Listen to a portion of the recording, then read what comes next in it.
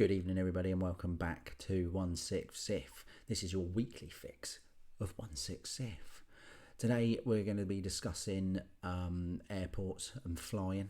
And to be honest, a bit of a quiet week for me in the collection arena. But there's still a few things to talk about. So, let's just get on with it.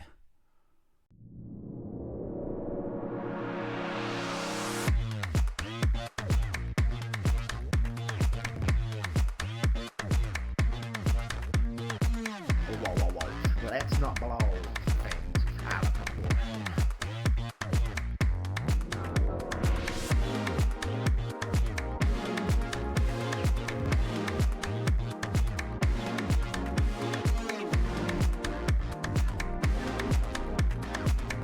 I'm not wearing hockey pads.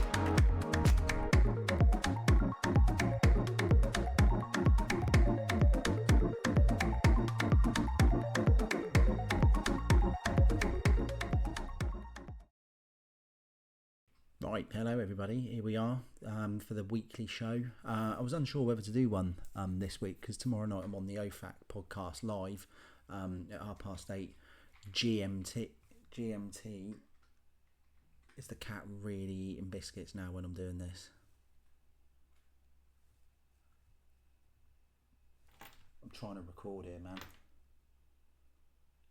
Brilliant. Now we're just going to have the cat just crunching through biscuits in the background. But yeah, so I'm on that. But I thought, well, I'll still put the show out. I'll still do a show because give the fans what they want. People just can't get enough of me at the moment. What is the cat doing?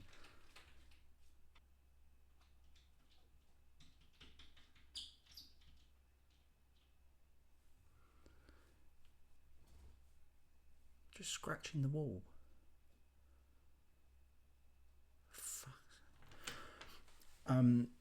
Yeah, unsure whether to put a show out this week because I was on that, but I thought, yeah, give the fans what they want. So here I am. You might notice I've changed setup. I've moved to the other side of the dining room table. I just couldn't be bothered to put it out, so I was only doing it that side because I thought, oh well, people don't want to be looking at the pipes and the radiator, but it's here now. So yeah, if you get bored, at least you can see the radiator and the pipe work. Well, last week then, so I had toothache, didn't I? And I've got it. I went and got a filling put in. It's helped, but I've still got something going on up here, and it is literally. I've been on painkillers each day just to limit it. Something's going on. I don't know what it is. I don't know. And then I did the stupid thing, Googling it. You know when you Google it.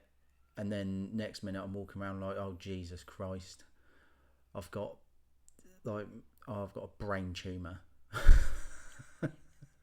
Like looking up where the pain is and it's in here, and then I was like, oh no, I'm gonna die. Saw lots of pictures of that. You know when you watch like an advert or something for medication and they give you that bloke, and it's just like, and then the pain is just throbbing red. It's like that. Have you got pains in your head? Yeah, right there, mate. So I don't know what it is. I don't know. We're gonna have to go to the doctor or something and get that looked at. Unless it is still the tooth, I don't know. But hopefully I'm here. Hopefully I'm here next week. Could be dead. But as I said, I wanted to talk a little bit about flying. We've got a holiday booked this year, which I'm looking forward to. And it's actually a treat. My mum and dad are treating us to a little family holiday to celebrate my mum's retirement. We're going to Disneyland. The daughter don't know yet, so she'll be excited about that. But I was talking about it the other day and I thought, oh no, the flight. Now, it's not the flying. I don't mind flying. The actual process of being in the plane, that doesn't bother me. What bothers me is the airport and all the crap that goes with it. Just winds me up. I don't know what it is. Like, you get there, don't you? You've got all your bags and everything, and you get through the check-in process, and that's just a hassle. And then you get there, and and then you're sort of killing time in the airport waiting for your flight. No one's telling you what gate it's on. You're all just everyone's just looking around clueless, aren't they? Just waiting for the time before they say, "Oh, gate number 4," and then everyone's blah, blah. No one mentions anything. It's like they just want to watch you all just rush. And you're walking around the place, aren't you? And like, I don't understand why people think you get stuff cheap at the airports. I've never found anything cheap up there. Like $8.99 for a tuna sandwich. Like, yeah, that's about right. That's about right. That's good pricing. That's good pricing. Oh, got it on duty free. What? It's the same price. And then you get on the plane, don't you? And it just annoys me that everything's so bloody small. Like, the plates are small, the cups are small. It's like, actually, to be fair, it's like living in a 1/6 world on the plane, isn't it? Everything's just small. Like, they bring do you want a drink, sir? Oh, here you go, here's a little dolly cup. Like, I've drank that. Can I have another one? Yeah. Do you want a carton of orange juice? Yeah, all right, little one like that. Do you want some ice cream, sir? Yeah, like that little tiny, like, droid bowl. Finish that. Bloody small telly in the back of someone's seat. I just don't understand. And then they come out, don't they, at the start before you're flying, and they're like, they go talk you through all the emergency procedures, which is fine. We all need to know. But they sit there, don't they? The fire exits are located here. Where are these exits, by the way? Just that. Plane's on fire. Going towards the ground. Everyone's screaming. You're looking for these locations. Yeah. I'll find them. Don't you worry. And then you get and then the bit I really hate. You take off. Like, get through that little bit. I mean, that's a little bit like, oh god. Take off. And then once you're in the air a little bit, the captain. Like we're on a bloody boat now.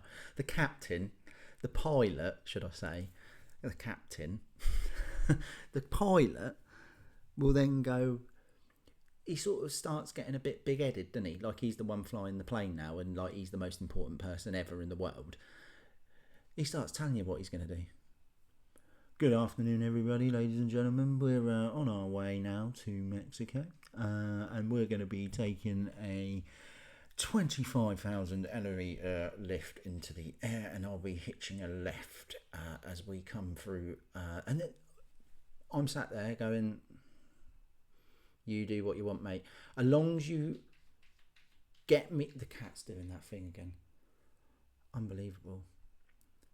As long as you get me to where I want to go and you land the plane and no one dies, that's fine. How you go about it, I don't care.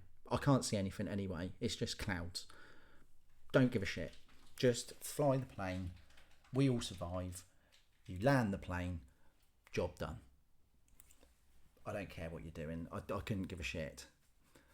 It's not like I'm paying. It's not like a taxi, is it? Where you're like, well, oh, don't go that way, mate. And then they're just racking the bill up. He's just fucking cat, just scratching continuously at the fucking door. Yeah, not like a taxi, is it? Where like they take you on a different route and it's costing you per minute. I don't care. I'm not paying him any extra or less. You just land the plane, mate.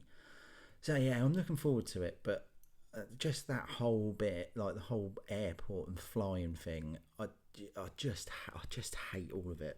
I really do, so I'm not looking forward to that. But once you're there, it's always great, isn't it? But then you've got the flight back and you've got to do it all again. But when you come back, it's all foreign, trying to find everything. Anyway, let's get on with a little bit of figure talk. Now, nothing's brand new this week, but what I've managed to do is I reorganised my collection a little bit, and it gave me a bit of space. And I thought, I've got a bit of space there, and automatically I'm thinking, what could I fill that with?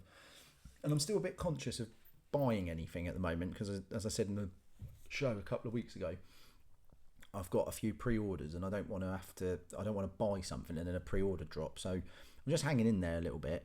But I unboxed this, which I bought when it came out and just kept it in its box. But this, once I got it out, I was like, why haven't I got this out before? Absolutely fantastic. Very similar quality to the Batmobile, the Batman Forever one. Really good. So I've just got that just on my desk now. Just the Robocop police car. Robo there. Yeah, I have him sort of sat like that. I always thought if they did I've always held off on getting a 1/6 vehicle, mainly space, because I just think that takes up so much room. And I've seen some of the reviews of the Batmobiles and stuff, and I always just thought, no, I haven't got the space to do that. But if they did a Robocop 1/6 car, I think I'd find that hard not to buy that, you know. Imagine having that on display with Robo stood getting out like the poster. It'd be bloody good, wouldn't it? That might draw me in if they ever do that. But yeah, so there was that one. And then I found space for these, which I've had him for quite a while. Good old Han Solo there from Force Awakens. And actually, really good, I think. It's only now that I've had a really good look at him. Now I've put him out on display, and I was like, actually, that's good, isn't it? Good sculpt. Clothing wise, absolutely brilliant. Again, articulation's expert. As I say, when I've done little talks about these figures, I don't need to talk about articulation. You know what you're getting, and you don't need him exactly to do anything much, does he? He's not exactly like he does aerobics in any of the films. But yeah, really good. Like, and he looks pretty cool actually out on my display shelves. So yeah, I'm happy that I found a bit of space to finally get him in there. And then same with the droid. I bought this a little while ago and just sort of kept him back a little bit. But this time I've found a bit of room, and he's out there as well. This was on eBay I got him. But Sideshow, but if Sideshow do anything, wow, it's droids and aliens. Characters, not so much. So yeah, I've put these two out on display now, and yeah, I think I'm dead happy with these. But this Han Solo, considering it's a character that is relatively, I know the new one's on its way, isn't it, coming out? But apart from that, to try and track down a Han is relatively difficult or expensive to get that New Hope one. Now I know this isn't the one people really want, is it? But I think for me, I think it's a representation of him, and I'm happy to have him represented in this way. And I know The Force Awakens and all the newer films got a bit of backlash, and people didn't necessarily really like them, but I actually thought they were all right, and it was just more of a nostalgia sort of thing of like, oh, they're back, like Han Solo's back, and I did like Rey, and I've got it's not the only Force Awakens figure I have got Kylo Ren, I've got Rey and Luke from Crate as well, so he fits in fine. But I'm not ashamed to say I've got a few Force Awakens ones out there, because I did in a way I did enjoy those new films. So just before I do go, been playing this week with the wife. Excellent fun, but Christ, some bits in this so hard. I mean, I've been a gamer all my life. Some of the bits in this have nearly sent me insane. Honestly, some of it is so hard. It's harder than bloody Liam Gallagher's Tap Water, and that comes out wearing baseball caps and swearing at you. But you want something to piss you off for a little bit, I recommend that as well. Right, not much else from me. I didn't want to talk anything new in terms of announcements, because I'll be joining Pete and Ian tomorrow night, so please do remember to tune in for that at 8:30. But other than that, I'll see you next week. This has been a quick little short fix of 1/6 Sith. I'll see you next time. Ciao for now.